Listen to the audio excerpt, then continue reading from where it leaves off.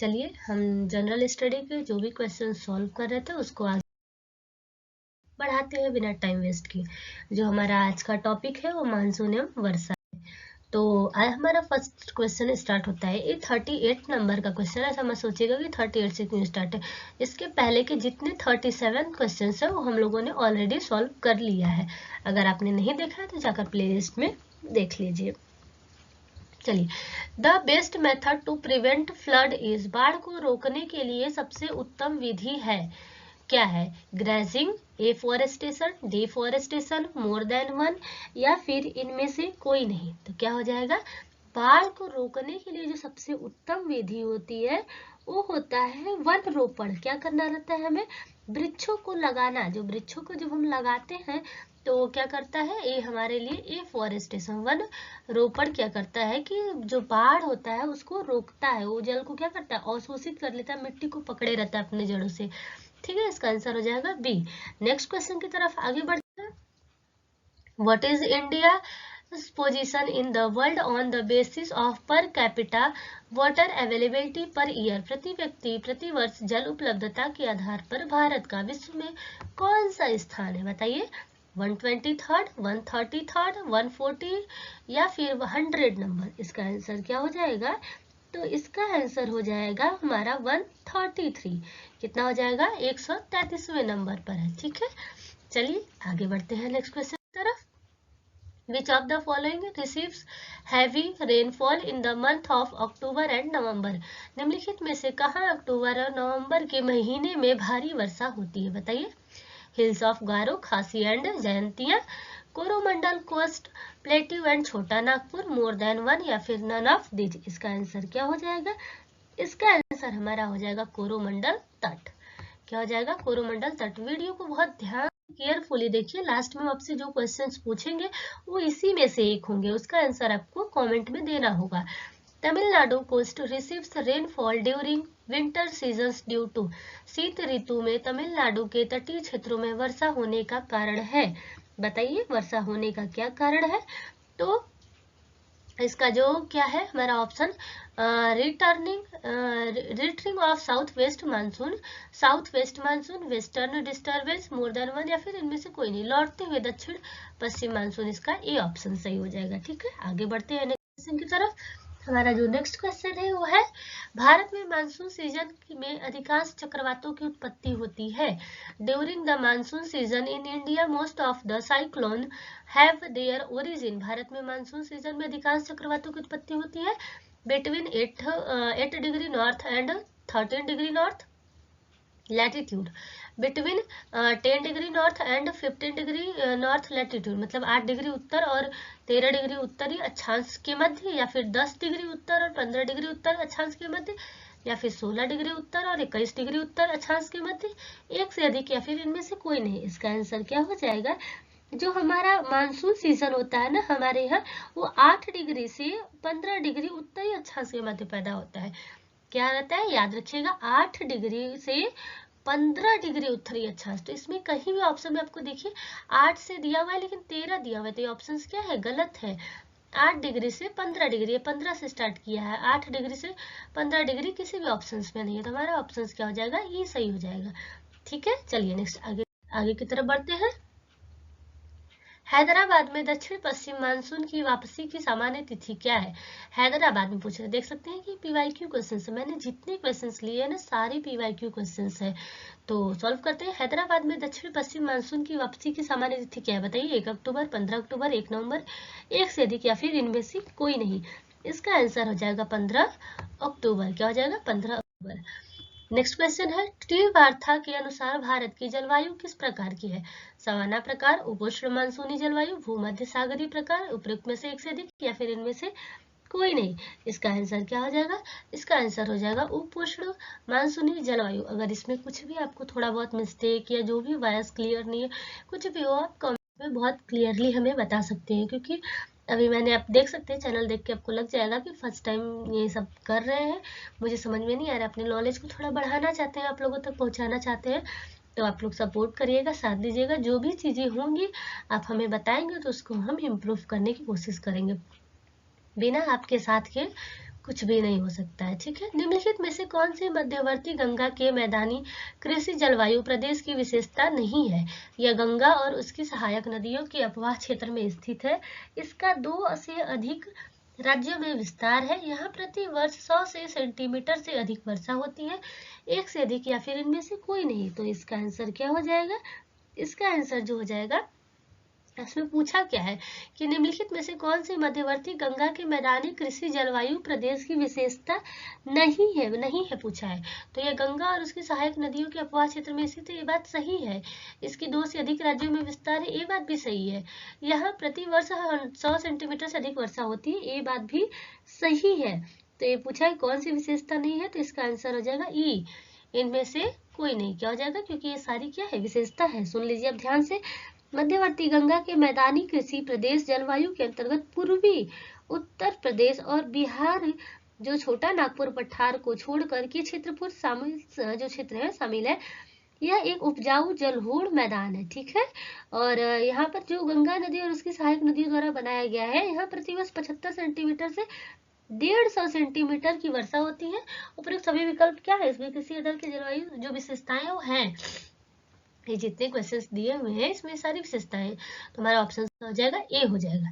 Next देखते हैं, GT त्रिवार्था के अनुसार भारत में एम प्रकार की जलवायु का क्षेत्र है। बताइए, मेघालय का पठार, पश्चिमी तट, कोरोमंडल तटीय क्षेत्र, एक से अधिक या फिर इनमें से कोई नहीं। इसका आंसर क्या हो जाएगा? इसका आंसर हो जाएगा हमारा पश्चिमी तट। नेक्स्ट की तरफ बढ़ते हैं, हमारा भारत के किस राज्य में सर्वाधिक सागवान के जंगल पाए जाते हैं? आपका जो जंगल से रिलेटेड क्वेश्चंस पूछते हैं वन से, उसको एक क्वेश्चन है।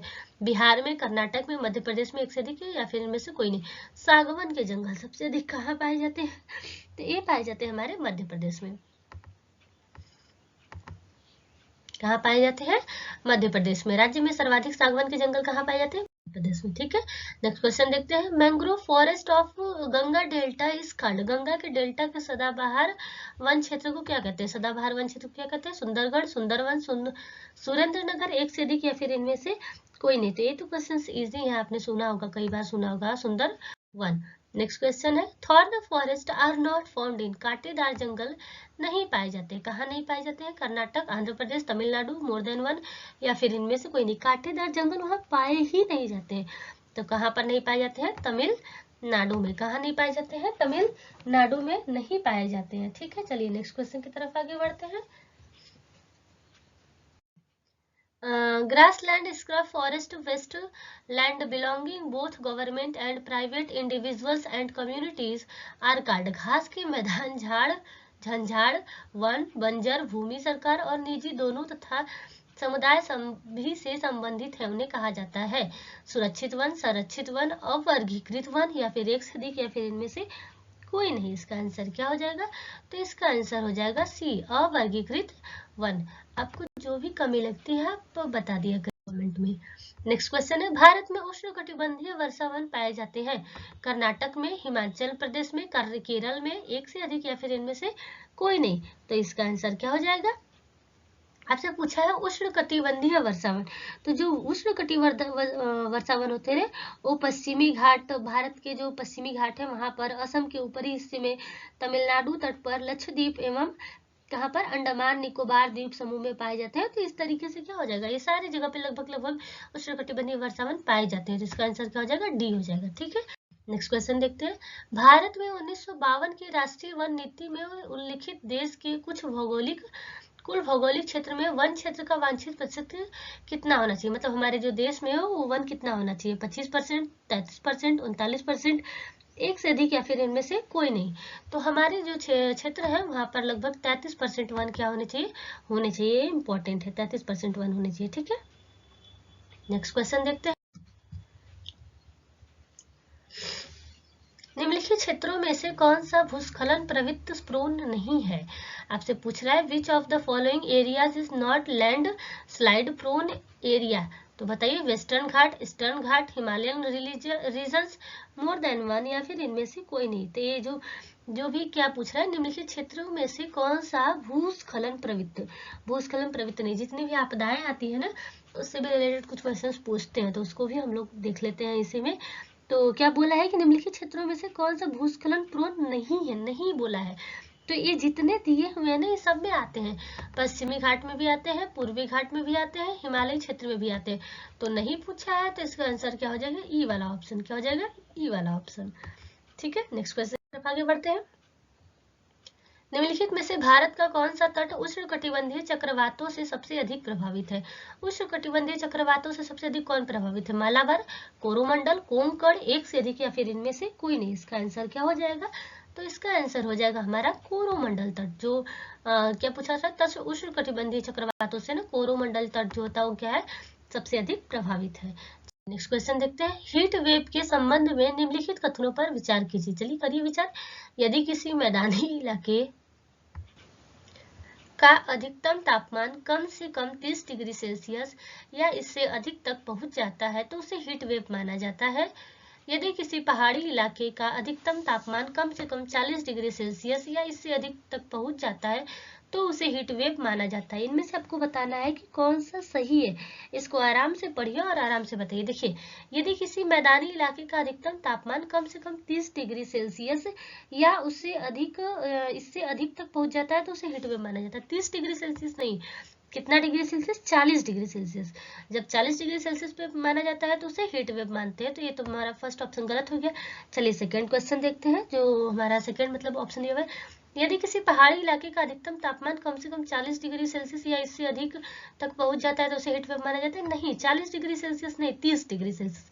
तो ये क्या किया था, इसको उल्टा लिख दिया था, 30 को यहाँ कर दिया था, 40 को यहाँ कर दिया था। अगर आप क्लियर नहीं रहेंगे तो इसका आंसर नहीं दे पाएंगे। इसका आंसर हो जाएगा ए, और जो फर्स्ट और सेकंड है दोनों गलत है। ठीक है, ध्यान से सुनिएगा। तो फिर ठीक है, आज के लिए बस इतना ही था क्वेश्चंस। मतलब जो हमारे टॉपिक्स थे वो इतने क्वेश्चंस में क्लियर हो गए। नेक्स्ट हमारा टॉपिक स्टार्ट होगा।